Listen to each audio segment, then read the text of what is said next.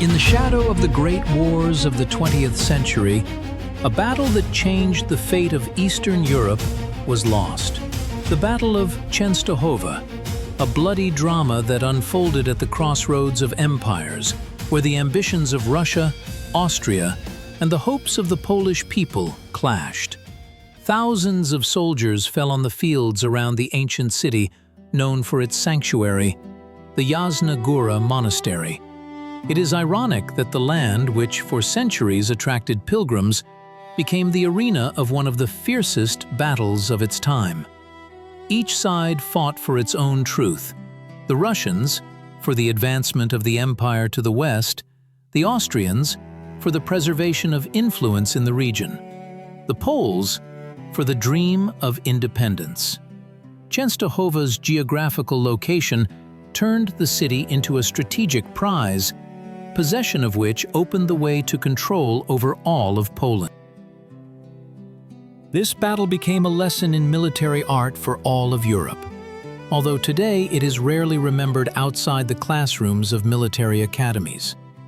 In the history of each of the participating countries, this battle left its mark, becoming a symbol of national tragedy for some and an example of strategic thinking for others. On the map of Europe at the beginning of the 20th century, Częstochowa occupied a special place, a small city at the crossroads of three empires' destinies. Located in the western part of the Russian Empire, on the border with Austria-Hungary, and not far from the Prussian border, it represented a unique geostrategic node. The most important railway lines connecting the east and west of the continent passed through Częstochowa. The Vistula-Vienna Railway, built in the mid-19th century, transformed the city into a key transportation hub, control over which meant the ability to quickly transfer troops and supplies in all directions.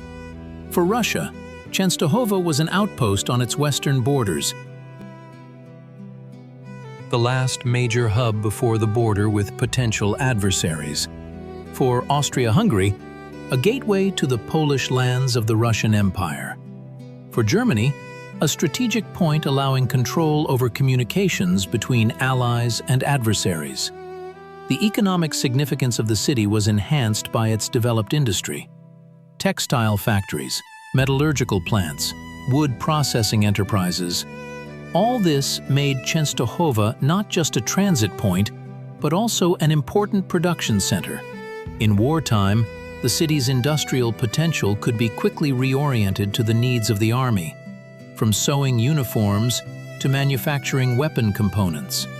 Local warehouses and infrastructure capable of accommodating and supplying large military formations were of particular value.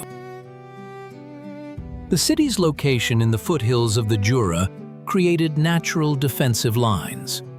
The hilly terrain with elevation changes allowed for the creation of echeloned defenses, and the Warta River, flowing through the city, served as a natural obstacle for advancing troops.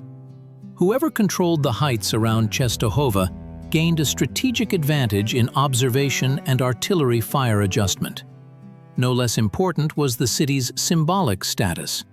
The Jasna Góra monastery, with its miraculous icon of the Black Madonna, made Częstochowa the spiritual center of Poland. For the Polish people, divided among three empires, this city was a symbol of national identity and hope for the revival of an independent state. Control over Częstochowa meant not only military advantage, but also a powerful political tool for influencing the Polish population. The roots of the conflict that led to the Battle of Częstochowa run deep into the complex political reality of the early 20th century. Three great powers, which had struggled for influence in Eastern Europe for centuries, once again found themselves on the brink of collision. The Russian Empire, recovering from the upheavals of the Russo-Japanese War and the 1905 Revolution, sought to strengthen its positions on its western borders. Petersburg viewed the Polish lands not merely as a province, but as a strategic springboard for advancing Russian influence into Central Europe. Austria-Hungary, torn by internal national contradictions, saw expansion to the north as an opportunity to divert attention from internal problems and restore the wavering prestige of the Habsburg Empire. The Vienna General Staff developed detailed plans for a lightning offensive through Częstochowa, deep into Russian Poland. The Polish national movement, divided among three empires but united by the dream of independence, faced a difficult choice. Some Polish leaders pinned their hopes on Russia, which promised autonomy in exchange for loyalty. Others saw salvation in cooperation with Austria, where Poles already enjoyed significant rights in Galicia. Still others prepared for an uprising, hoping to exploit the conflict of the great powers. The military plans of the sides reflected their strategic goals.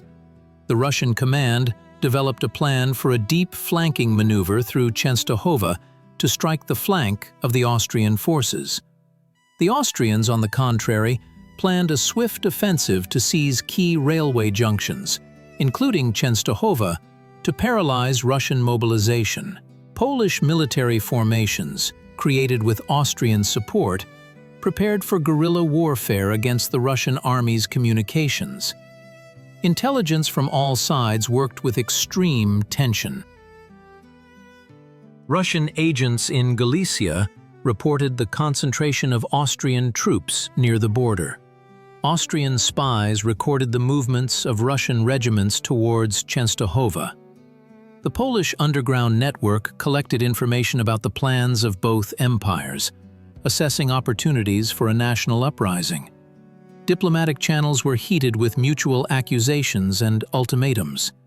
Neither side was willing to concede, considering control over Częstochowa a matter of national prestige and strategic necessity.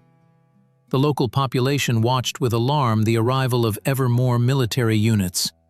Peasants hastily harvested their crops, sensing that their fields would soon become a battlefield.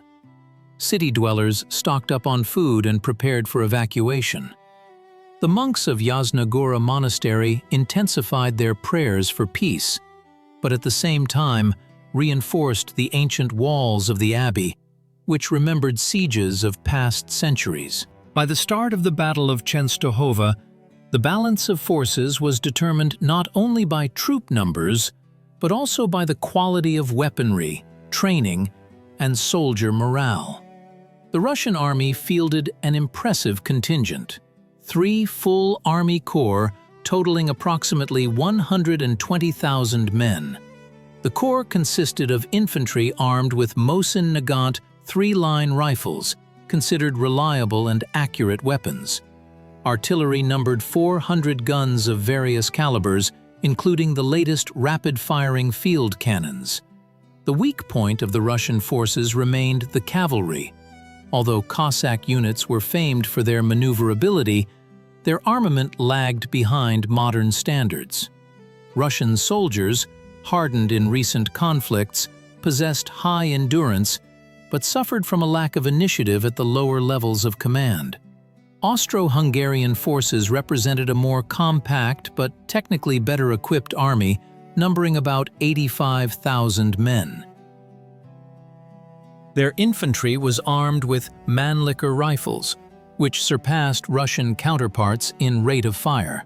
The artillery park comprised 350 guns, including heavy howitzers capable of destroying fortifications from a safe distance. A particular source of Austrian pride was their engineering units, equipped with the latest communication and fortification tools. The multinational composition of the Habsburg army created problems with language barriers, but thorough officer corps training partially compensated for this drawback. Polish formations participating in the battle numbered about 30,000 fighters with diverse armaments. Legionaries, trained to Austrian standards, fought alongside partisan detachments armed with hunting rifles and captured weapons. The lack of artillery, only 60 guns, was compensated by excellent knowledge of the terrain and popular support. The main advantage of the Polish units was their exceptionally high morale. They fought for their land, for the dream of independence. On the eve of the battle, the morale of the troops reflected the overall situation. Russian soldiers, weary from long marches, maintained confidence in their numerical superiority. The Austrians, invigorated by their technical equipment, worried about stretched supply lines. The Poles, despite the shortage of weaponry, burned with determination to prove their people's right to self-determination. The weather added complications. Prolonged rains had washed out roads, hindering the maneuvering of heavy equipment and artillery. Commanders on all sides understood the upcoming battle would be a test not only of tactical concepts, but also of human endurance, will to win, and the ability to adapt to changing combat conditions. The dawn of September 7, 1914 was foggy and cool. The first rays of the sun barely pierced through the milky shroud that enveloped the environs of Częstochowa. In this ghostly haze began events that were destined to go down in history as one of the bloodiest battles on the Eastern European theater of war. The first clash occurred at 4 in the morning when a reconnaissance squadron of Austrian hussars stumbled upon a Cossack picket near the village of Mstów. A brief skirmish ended with the retreat of the Austrians, but the objective was achieved.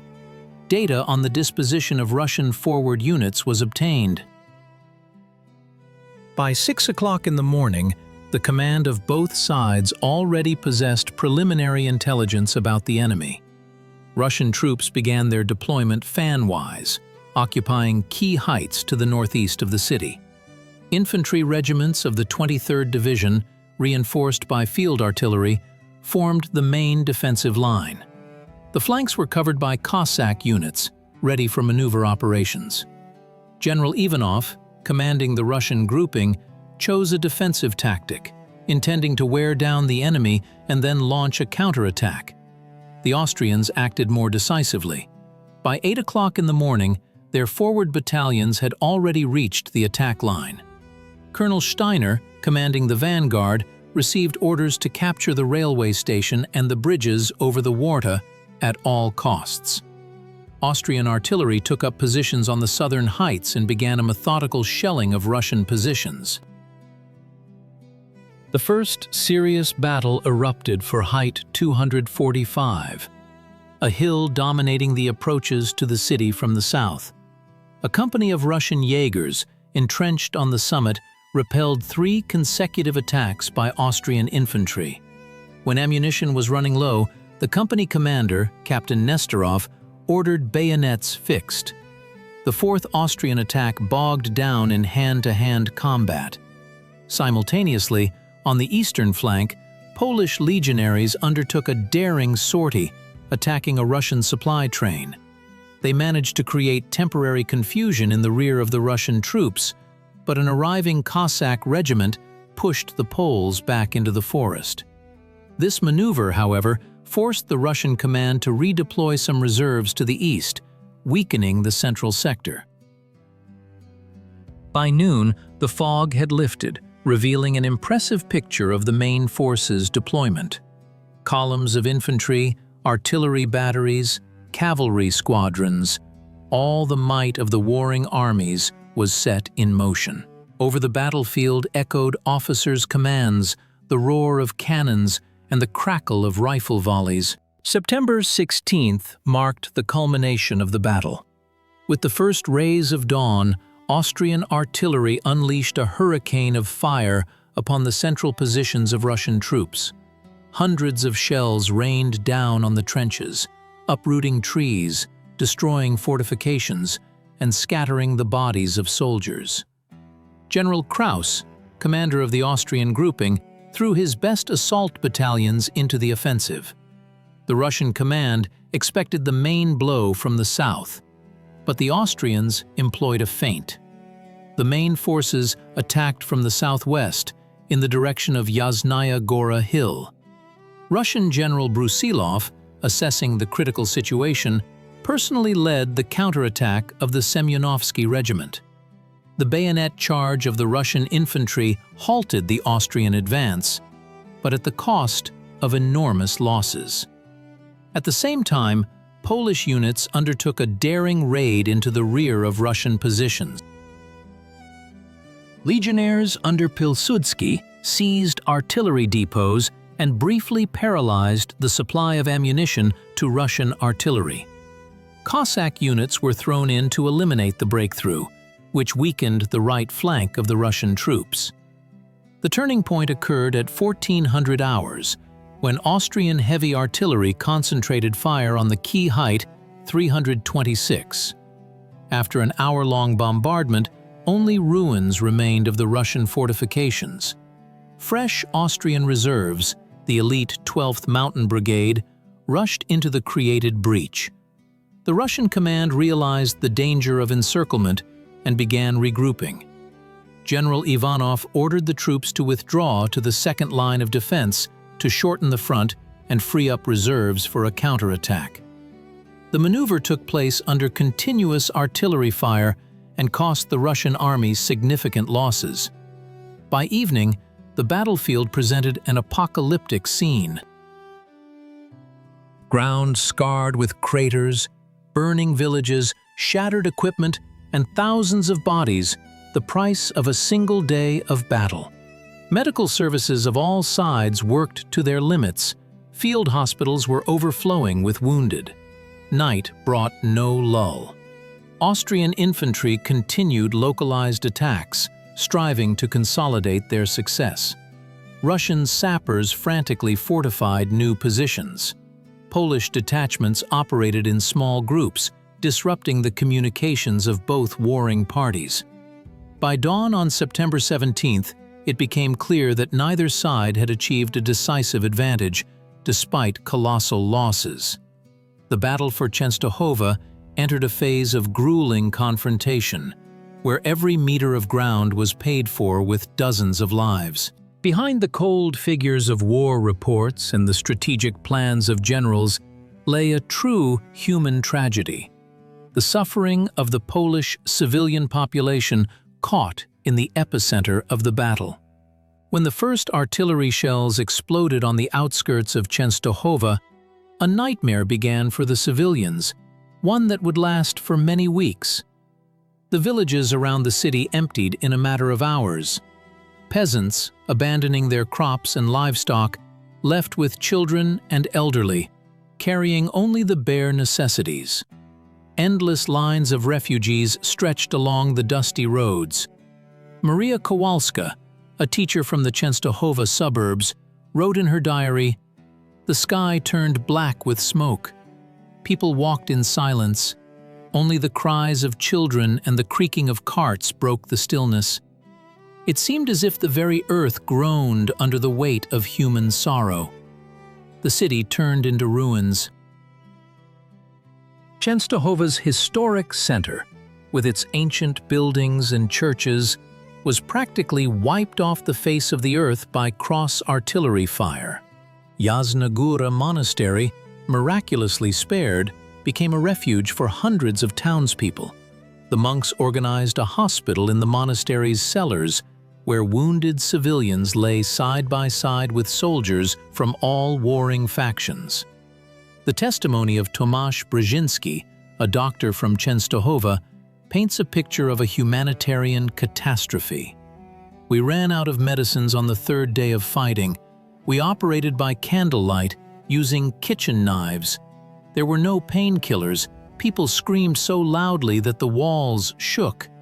Many died not from their wounds, but from blood poisoning and exhaustion. It was especially difficult for those who did not manage to evacuate. In cellars and basements, without water, food, or medical aid, they spent days and nights listening to the roar of explosions and praying for salvation." Jan Novak, a 13-year-old boy, later recalled, "We sat in the dark, huddled together. When the shelling began, my mother covered my ears with her hands and whispered something. Only later did I understand. She was reading prayers." Hunger became a constant companion for the survivors. Fields were trampled, food warehouses plundered or destroyed. People ate tree bark, boiled soup from leather belts. Typhus and dysentery epidemics decimated the weakened population. In refugee camps spontaneously formed in the forests around the city, dozens of deceased were buried daily. A terrible page was written by the fate of civilians accused of espionage. Each of the warring parties saw potential enemy informants in the local population. Hundreds of innocent people were detained on suspicion of passing information to the enemy. Many never returned to their families. The commands of the opposing sides in the Battle of Częstochowa demonstrated both brilliant tactical decisions and unforgivable miscalculations. Russian General Brusilov proved himself a master of defense, skillfully using the broken terrain to create echeloned lines. His decision to place artillery on the reverse slopes of the heights saved the batteries from destruction in the first hours of the Austrian offensive. However, the Russian command underestimated the enemy's mobility, leading to dangerous breakthroughs on the flanks. Austrian Colonel Steiner entered military textbooks thanks to his innovative "zero" tactic, the sequential shifting of artillery fire ahead of advancing infantry. This method allowed the Austrians to minimize losses when assaulting fortified positions. The Austrians' fatal mistake was dispersing reserves across the entire front instead of concentrating them on the main thrust. Polish formations under Pilsudski brilliantly employed partisan tactics, conducting daring raids into the enemy's rear with small, mobile groups. Their sabotage of the Russian army's communications severely disrupted the supply system. However, the lack of a unified command among the Polish detachments prevented these actions from being coordinated with the main Austrian offensive. The personal qualities of the commanders played a decisive role in critical moments of the battle. Russian Captain Nesterov, having lost contact with headquarters, took the initiative into his own hands and organized a counterattack that stopped the Austrian breakthrough in the central sector. Austrian Major Huber showed unacceptable slowness, missing the chance to encircle retreating Russian units on the northern flank. Technical innovations also influenced the course of the battle. The Russians, for the first time, massively used field telephones to coordinate artillery fire, which increased its effectiveness. The Austrians used airplanes for reconnaissance and fire correction, gaining an advantage in information. Polish formations compensated for their lack of weaponry with ingenuity. They created false targets, simulated the movement of large forces, disorienting their opponents. The Battle of Częstochowa became a testing ground for military innovations, many of which were later developed during the First World War. Commanders on all sides learned valuable lessons about the significance of flexible command, the importance of reserves, and the necessity of adapting to the rapidly changing environment of modern combat. The cost of the Battle of Częstochowa proved truly colossal for all parties involved in the conflict. When the last shots faded and military medics completed their grim work, the scale of human losses shocked even seasoned generals. The Russian army lost 23,000 soldiers and officers killed, another 37,000 were wounded, and about 5,000 went missing. Losses among junior officers, the flower of the Russian military intelligentsia, were particularly heavy. Austro-Hungarian forces counted 19,000 killed, 32,000 wounded, and 3,000 missing. Elite mountain shooters, the pride of the Imperial Army, were practically annihilated. Polish formations suffered relatively smaller losses in absolute numbers, 6,000 killed and 11,000 wounded. But in percentage terms, this amounted to almost half of their combat strength. Material losses were also enormous. The Russian army lost 120 cannons, 2,000 machine guns, and vast quantities of ammunition and provisions. The Austrians lost 87 cannons, 1,500 machine guns, and most of their motor pool. For Polish formations, the loss of even a small number of artillery, 23 cannons, was a severe blow to their combat effectiveness. But the most terrible losses were borne by the civilian population. According to approximate estimates, up to 10,000 civilians died under artillery fire from hunger and disease. Tens of thousands more became refugees, losing their homes and livelihoods. Hundreds of villages were wiped off the face of the earth, and the industrial infrastructure of the region was destroyed. The demographic consequences of the battle were felt for decades. In some villages around Częstochowa, not a single man of conscription age remained. Women, children, and the elderly rebuilt destroyed farms. An entire generation of children grew up without fathers. The impact of these losses on the combat effectiveness of the warring armies was not uniform. For the multi-million Russian Empire, despite the severity of the losses at Częstochowa were not critical. Reserves allowed for the replenishment of manpower and equipment. For Austria-Hungary, with its limited human resources, such losses proved to be a serious blow, undermining the army's offensive potential. For Polish formations, the loss of experienced fighters was almost irreparable. Public opinion in the warring countries reacted differently to the news of the losses. In Russia, official propaganda presented the battle as a strategic success, remaining silent about the scale of the casualties. However, anti-war sentiment grew in the rear, and dissatisfaction with the government intensified. In Austria-Hungary, where censorship was less strict, newspapers openly wrote about a Pyrrhic victory and senseless slaughter. In Polish society, a feeling of bitterness prevailed. Once again, Polish blood was shed for foreign interests. When the last shots faded over the shell-pocked fields around Częstochowa, it was time to take stock. The battle, which had lasted 12 bloody days, concluded in a situation that military theorists would later call a strategic stalemate with a tactical advantage for the Austrians. Austro-Hungarian forces managed to push back Russian units and occupy the city itself, including the strategically important railway station. However, key heights to the north and east remained under the control of the Russian army, making the Austrian position in the city extremely vulnerable.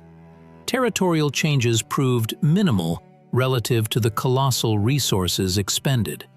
The front line shifted only 6 to 8 kilometers in favor of the Austrians, but the deep breakthrough that the Vienna command had hoped for did not materialize.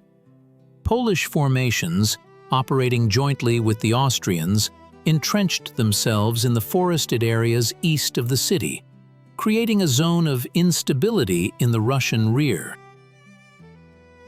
The government's reaction to the battle's outcome was telling. In St. Petersburg, the Battle of Częstochowa was presented as a planned strategic retreat to straighten the front line. Nicholas II demanded explanations from the general staff regarding the high casualties and ordered an acceleration of reinforcements to the Western Front. In Vienna, the initial euphoria from capturing Częstochowa quickly gave way to concern. Franz Joseph, upon reviewing the casualty report, allegedly uttered the phrase that became proverbial: "A few more such victories and we will have no one left to send to the front." The military plans of the belligerents underwent significant changes. The Russian command abandoned the idea of a deep offensive to the west and shifted to a strategy of active defense with localized counterattacks. The Austrian General Staff was forced to redeploy significant forces from the Serbian front to hold the captured positions, which eased pressure in the Balkans. The Polish military leadership opted for guerrilla warfare, realizing the impossibility of open confrontation with regular armies. The diplomatic consequences of the battle proved no less significant. Germany, observing the battle with close attention, increased pressure on its Austrian ally, demanding more active operations on the Russian front. Britain and France accelerated arms supplies to Russia, fearing its military weakening. Neutral countries, especially Romania and Italy, postponed their decision to enter the war, having seen the true cost of the conflict. The Battle of Częstochowa became a true school for Russian military thought. After the conclusion of the battle, the General Staff of the Imperial Army established a special commission to analyze its outcomes. It was headed by Lieutenant General Alexeyev, the future Chief of Staff of the Supreme Commander-in-Chief. The commission worked for 6 months, studying every aspect of the battle, from the actions of individual units to the system of supply and evacuation of the wounded.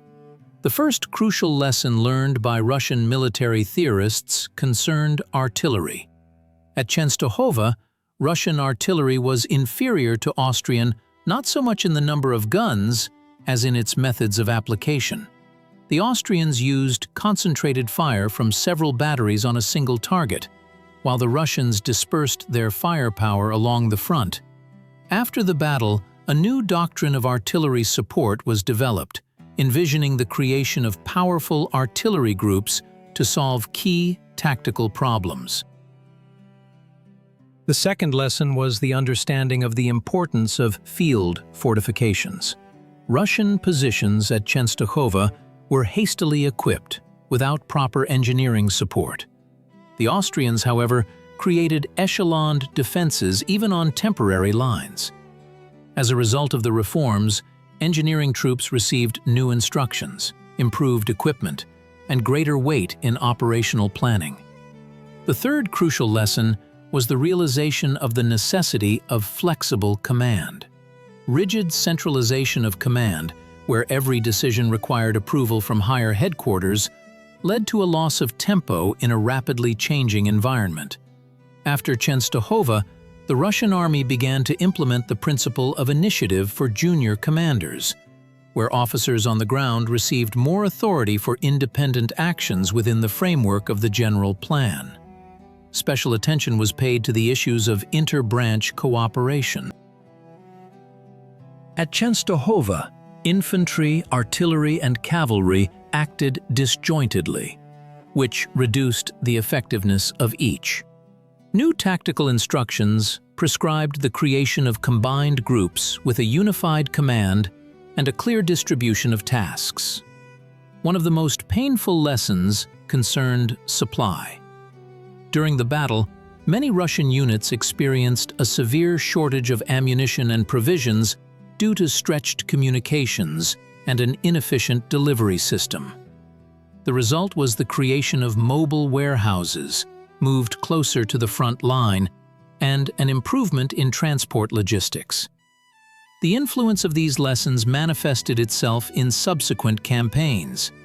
The Brusilov offensive, which became one of the most successful operations of the Russian army in World War I, was largely based on principles formulated after the analysis of the Battle of Częstochowa. The concentration of artillery on narrow sectors, thorough engineering preparation, decentralization of command, all these elements were refined based on the Częstochowa experience. The Battle of Częstochowa became a subject of close study, not only for the direct participants of the conflict, but also for military theorists in Germany and France. Observing the developments from afar, they drew lessons that subsequently had a decisive influence on the military strategy of the First World War. The German General Staff dispatched a group of observer officers to the theater of operations, led by Lieutenant Colonel Hoffmann. Their reports, compiled with German meticulousness, allowed for a number of crucial conclusions. First and foremost, the Germans noted the exceptional effectiveness of echeloned defense. The Russian positions on the northern heights, despite the technical superiority of the Austrians, proved practically impregnable due to the depth of their construction and the skillful use of the terrain. At the Berlin Military Academy, a series of lectures was held dedicated to the Częstochowa phenomenon. Professor von Schlieffen particularly emphasized, "We are witnessing the birth of a new era in military art. The era of maneuver warfare is coming to an end. The future belongs to whoever can create an impenetrable defense and methodically exhaust the enemy." The French showed no less interest in the lessons of Częstochowa. Colonel Pétain, the future Marshal of France, after analyzing the battle materials, concluded the decisive role of artillery in modern warfare. In his report to the Minister of War, he wrote, "At Częstochowa, it was not the soldier who won, but the shell. Whoever can establish superiority in firepower will dictate the terms on the battlefield." French theorists paid particular attention to the role of engineering structures. The system of trenches, dugouts, and wire entanglements created by Russian troops in a short time made a strong impression. In French military schools, a new course on field fortifications began to be taught, based on the Częstochowa experience. Both European giants arrived at similar conclusions. The era of cavalry charges and bayonet assaults was fading into the past. The future war would be a confrontation of artillery, machine guns, and engineering art. Human bravery would give way to mathematical calculation and industrial might. These theoretical conclusions found practical implementation with the outbreak of the First World War. The Western Front quickly stabilized into a system of trenches stretching from the English Channel to the Swiss border. Infantry attacks not supported by massive artillery fire invariably drowned in blood.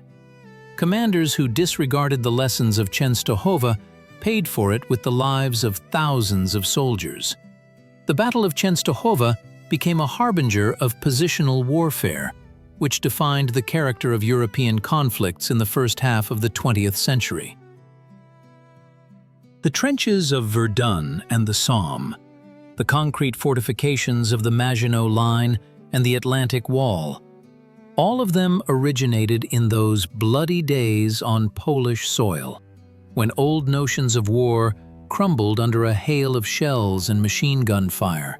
In Polish historical memory, the Battle of Częstochowa holds a special place. It is simultaneously a symbol of national tragedy and a testament to the indomitable spirit of the people. The Jasna Góra monastery, miraculously surviving amidst the city's ruins, became the first memorial to the fallen. Already in the 1920s, when Poland gained independence, a marble plaque bearing the names of Częstochowa residents who died during the battle was installed in one of the monastery's chapels. Every year on September 7th, a memorial service is held here, attended by descendants of the participants of those tragic events from all over the country. The National Museum in Warsaw houses an extensive collection of artifacts related to the battle. Personal belongings of soldiers from all three armies found on the battlefields, maps with officers' annotations, letters, and diaries of participants. Of particular value is the diary of Nurse Anna Kaminska, who worked in a field hospital. Her simple, unpretentious entries convey the atmosphere of those days better than any official chronicles. In Polish literature, the battle is reflected in a number of works. Stanisław Reymont's novel Blood and Iron is considered a classic of military prose. Written just 5 years after the events, it recreates with astonishing accuracy not only the chronicle of the battle, but also the atmosphere of the era, hopes for the revival of Polish statehood, the tragedy of a people who became a bargaining chip in the game of great powers. Julian Tuwim's poem became a national symbol of sorrow. Its lines are carved on the memorial to the victims of the battle. Cinematography has also not overlooked this page of history. Andrzej Wajda's film Ashes and Diamonds, though dedicated to later events, contains poignant flashbacks to the battle, showing its influence on subsequent generations of Poles. In the documentary The Forgotten Battle, director Krzysztof Kieślowski gathered testimonies from the last living participants of the battle, creating a unique historical document. At different periods of Polish history, the memory of the battle was used in various ways.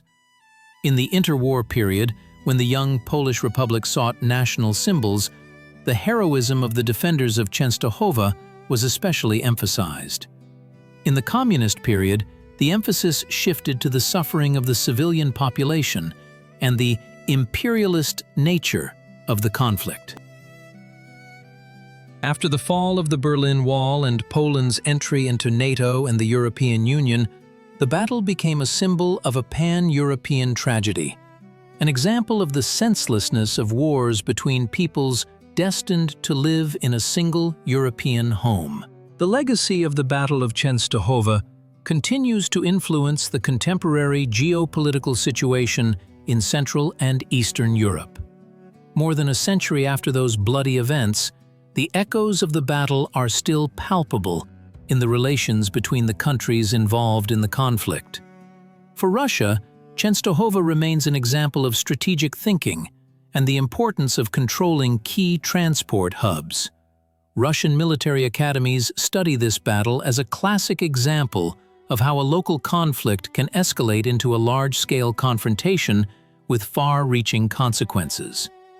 Modern Russian geostrategists often draw parallels between the situation of the early 20th century and the current state of affairs in the region, emphasizing the importance of buffer zones and transport corridors. Poland maintains an ambivalent attitude towards the battle. On the one hand, it is a symbol of national tragedy and a reminder of times when Polish soil became an arena for others' wars. On the other hand, it is an example of the people's resilience in the face of superior forces. In contemporary Polish political discourse, Częstochowa is often mentioned as an argument for strengthening national defense and close cooperation with Western allies. For Austria, which lost its imperial status after World War I, the memory of the battle serves as a reminder of the dangers of imperial ambitions and the importance of peaceful coexistence in Central Europe.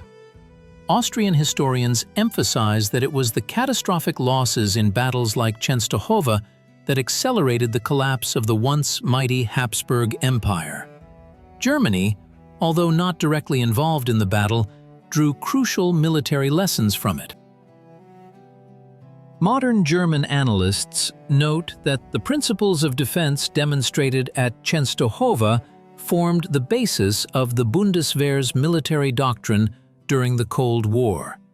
In the context of contemporary European integration, the Battle of Częstochowa acquires new symbolic meaning. In joint Polish-Austrian military exercises of the 21st century, officers from both countries often recall how their ancestors fought against each other and emphasize the value of the current alliance.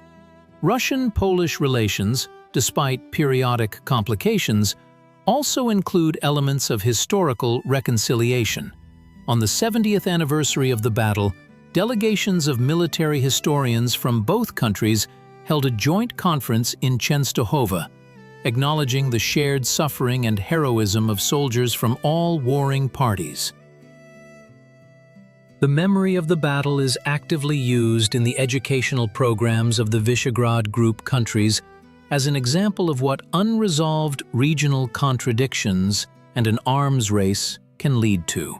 School children from Poland, the Czech Republic, Slovakia, and Hungary regularly visit battle sites, participate in event reconstructions, and projects for preserving historical memory. In the era of information warfare, the Battle of Częstochowa sometimes becomes a tool of political rhetoric.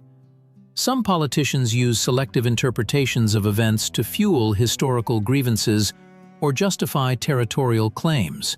However, most serious historians and political analysts call for an objective study of this page of the past, drawing lessons to prevent similar tragedies in the future. The Battle of Częstochowa holds a special place in the mosaic of European history.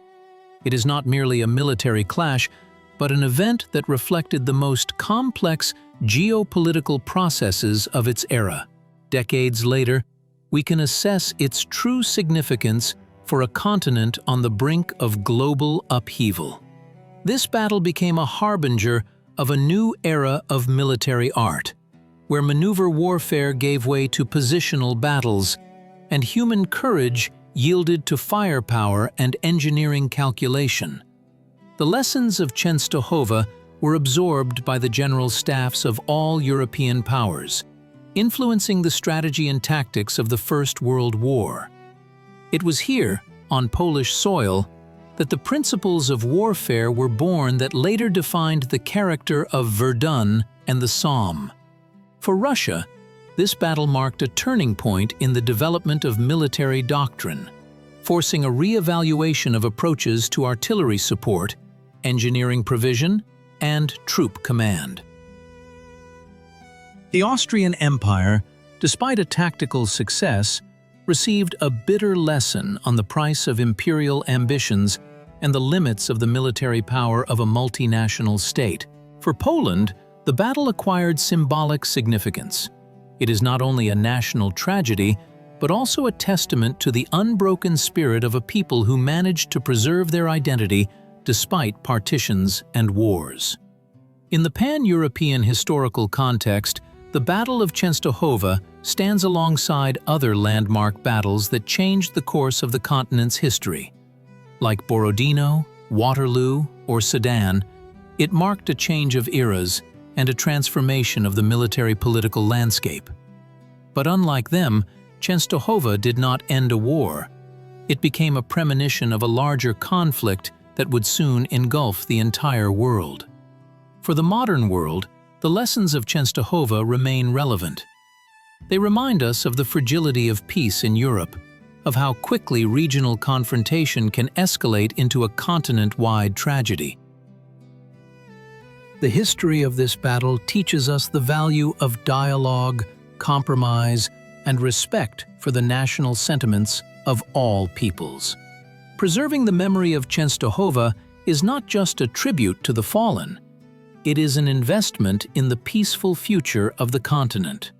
When descendants of former adversaries meet today at memorials to honor their ancestors, they demonstrate that they have learned the main lesson of history: the necessity of jointly building a Europe without dividing lines and mutual enmity.